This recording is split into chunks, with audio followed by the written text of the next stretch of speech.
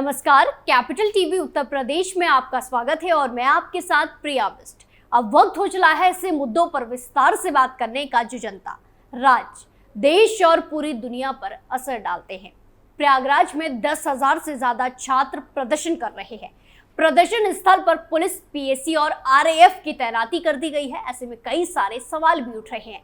छात्र प्रदर्शन क्यों कर रहे हैं? क्या छात्रों की मांग है? और खास जोर इन सवालों पर दिया जा रहा है कि प्रदर्शन कर रहे छात्रों को रात में खाना पानी कैसे मिल रहा है, यानी कि कौन छात्रों की मदद कर रहा है। तो आज इन्हीं सवालों को तलाशती ये रिपोर्ट हम आपके लिए लेकर आए हैं।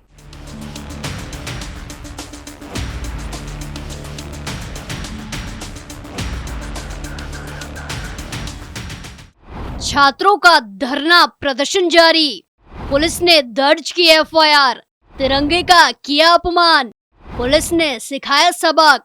छात्रों का धरना प्रदर्शन तीसरे दिन भी जारी रहा। ये सभी उत्तर प्रदेश लोक सेवा आयोग यानी कि यूपीपीएससी के मुख्यालय के बाहर प्रदर्शन कर रहे हैं। पीसीएस और आरओ अभ्यर्थी यहां अपनी कुछ मांगे लेकर आए हैं। भीड़ ने पुलिस की लगाई गई बैरिकेडिंग तोड़ दी। आयोग के अध्यक्ष के खिलाफ नारेबाजी करते हुए, राम नाम सत्य का नारा लगाते हुए छात्रों ने जमकर हंगामा किया।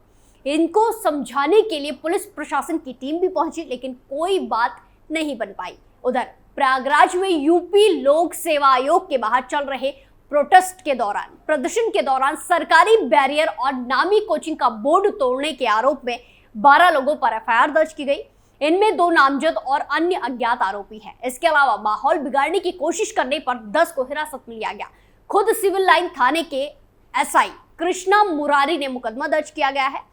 देर रात तक उनसे पूछताछ की जाती रही। कोचिंग की होर्डिंग को फाड़ने और तोड़ने का वीडियो वायरल होने के बाद पुलिस ने एफआईआर दर्ज की है। नामजद दोनों अभियुक्त अभिषेक शुक्ला और राघवेंद्र के साथ साथ 10 अज्ञात के खिलाफ तोड़फोड़ करने, सरकारी काम में बाधा डालने के साथ साथ कुछ धाराओं में मुकदमा दर्ज हुआ है। पुलिस अब वायरल वीडियो और सीसीटीवी फुटेज के आधार पर अज्ञात युवकों की पहचान करके उनको पकड़ने की कोशिश में जुटी है। एफआईआर के मुताबिक इलाके में धारा 163 लागू है। कुछ लोग तोड़फोड़ और उपद्रव जैसी गतिविधियों में शामिल होकर प्रतियोगी छात्रों के बीच अराजकता फैला रहे हैं।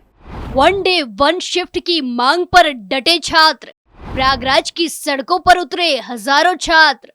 प्रयागराज के यूपीपीएससी मुख्यालय के बाहर से धरना प्रदर्शन सोमवार 11 नवंबर से शुरू हुआ है, जहां से प्रदर्शन करने वाले छात्रों की संख्या 10,000 से ज्यादा बताई जा रही है। और ये पूरा मामला तब शुरू हुआ जब यूपीपीएससी ने हाल ही में आरओ और पीसीएस परीक्षा के लिए तारीखें घोषित की थी। पीसीएस की परीक्षा 7-8 दिसंबर 2024 को कराई जाएगी। ये परीक्षा 2 पाली में होगी। इसी तरह आरओ परीक्षा को 22-23 दिसंबर 2024 को करवाया जाएगा। इसकी 3 पालियां होंगी। परीक्षाओं के इस कार्यक्रम को लेकर ही अभ्यर्थी छात्र विवाद कर रहे हैं। उनकी मांग है कि परीक्षा को एक दिन में ही एक ही पाली में कराया जाए और इसे 2 दिन ना खींचा जाए। छात्र एक दिन में परीक्षा की मांग सरलीकरण यानी कि नॉर्मलाइजेशन के चलते कर रहे हैं। अब यहाँ पर सवाल, आखिर ये सरलीकरण यानी कि नॉर्मलाइजेशन क्या है? तो आयोग ने इस परीक्षा में इस बार सरलीकरण का नियम लागू किया है। ये सरलीकरण का नियम इसीलिए लागू किया गया है क्योंकि परीक्षा 2 दिन में होनी है, लेकिन छात्रों का कहना है कि सरलीकरण में गड़बड़ी की आशंका होती है और ऐसे मामले कोर्ट में जाते हैं। इसीलिए परीक्षा एक ही दिन में करवा ली जाए। अभ्यर्थियों का कहना है कि एक दिन में परीक्षा हो गई तो सरलीकरण नहीं करना पड़ेगा। तो कह रहे हैं कि बिना इसके नोटिस दिए बिना ये प्रयागराज से नहीं हिलेंगे। तो वहीं दूसरी तरफ आयोग ने 2 दिन में परीक्षा करवाने पर अपने तर्क रखे हैं। आयोग का कहना है कि वो निजी संस्थानों में परीक्षा नहीं करवाना चाहते हैं क्योंकि इससे लीक होने का खतरा बढ़ता है, पेपर लीक होने की समस्या सामने आती है। ऐसे में सरकारी कॉलेज में ही परीक्षा करवाई जा रही है। आयोग ने 41 जिलों में परीक्षा के लिए केंद्र बनाए हैं। अभ्यर्थियों की संख्या भी अधिक है, जिस कारण एक दिन में इन कॉलेज में परीक्षा संपन्न नहीं हो सकती। तभी 2 बार परीक्षा करवाई जा रही है। आयोग ने कहा है कि सरलीकरण की प्रक्रिया भी कोर्ट के आदेश के अनुसार ही कराई जाएगी। इसको लेकर अधिकारियों ने प्रदर्शन कर रहे छात्रों को समझाने की कोशिश भी की, जहां अधिकारियों और छात्रों के बीच हुई बातचीत पूरी तरह से विफल रही। बातचीत फेल होने के बाद अधिकारी वापस चले गए। इसके बाद भी आयोग के बाहर हजारों की संख्या में प्रदर्शन कर रहे छात्र डटे रहे। छात्र रात के वक्त भी मोबाइल के टॉर्च की रोशनी जलाकर विरोध प्रदर्शन करते रहे और नारेबाजी करते रहे और वहीं सड़कों पर ही लेट गए।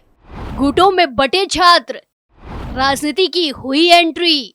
अब छात्र कई गुटों में बट चुके हैं और अपने अपने तरीके से विरोध प्रदर्शन कर रहे हैं। छात्रों ने मोबाइल की टॉर्च जलाकर आयोग के खिलाफ नारेबाजी की। जहां हजारों छात्र सड़कों पर हैं, तो दूसरी तरफ प्रदर्शन को लेकर उत्तर प्रदेश में राजनीति ने भी जोर पकड़ लिया है। राज्य के पूर्व मुख्यमंत्री और सपा प्रमुख अखिलेश यादव ने इसे योगी बनाम प्रतियोगी प्रदर्शन नाम दे दिया है।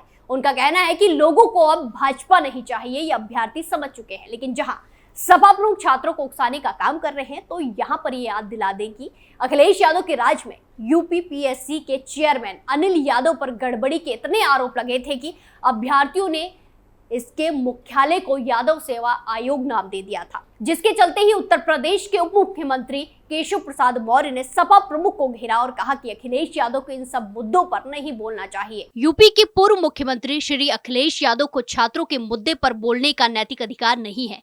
उन्हें अपने शासनकाल में हुई भर्तियों में भ्रष्टाचार को याद रखना चाहिए। पुलिस अधिकारी संयमित व्यवहार करें और छात्रों पर बल प्रयोग न हो। प्रतियोगी छात्रों से अनुरोध है कि वो अपनी समस्याओं को शांतिपूर्ण तरीके से उठाए और सपा की राजनीति का शिकार न बने।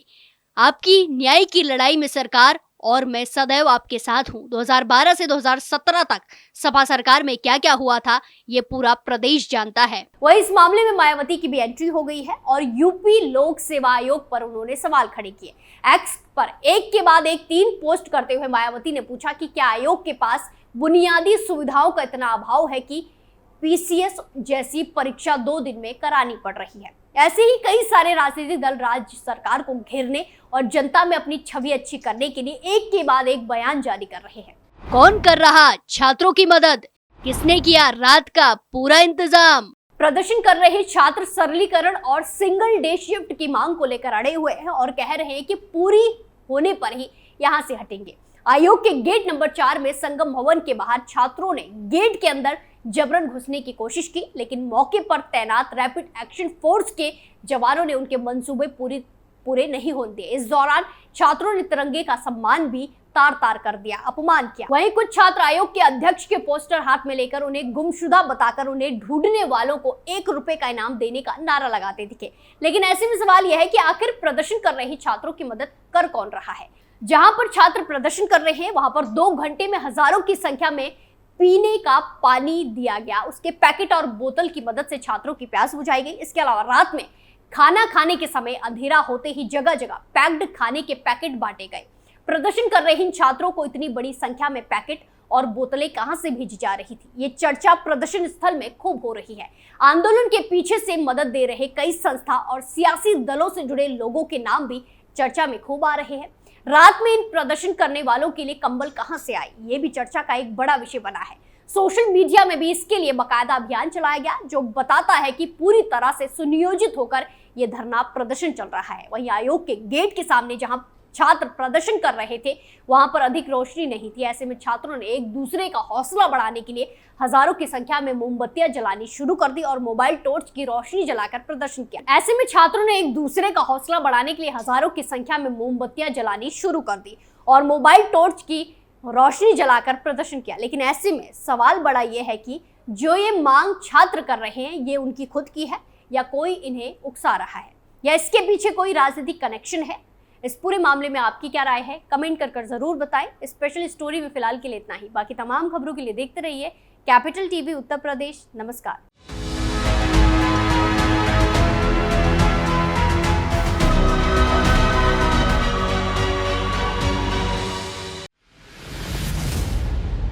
मैं राजनीति करता नहीं, पर राजनीति को बहुत गहरे तक समझता हूं। मैं लोगों के बीच रहता हूं, लोगों के मन को अच्छे से जानता हूं।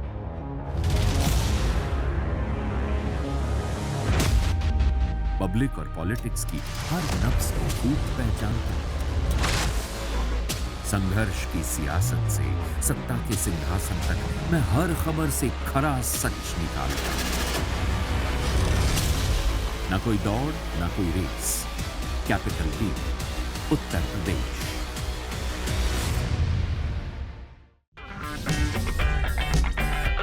अगर आपको हमारा वीडियो पसंद आया हो तो इसे लाइक करें, हमारे चैनल को सब्सक्राइब करें और हाँ, बेल आइकन दबाना ना भूलें ताकि आप तक हमारे वीडियो की नोटिफिकेशन पहुंचती रहे।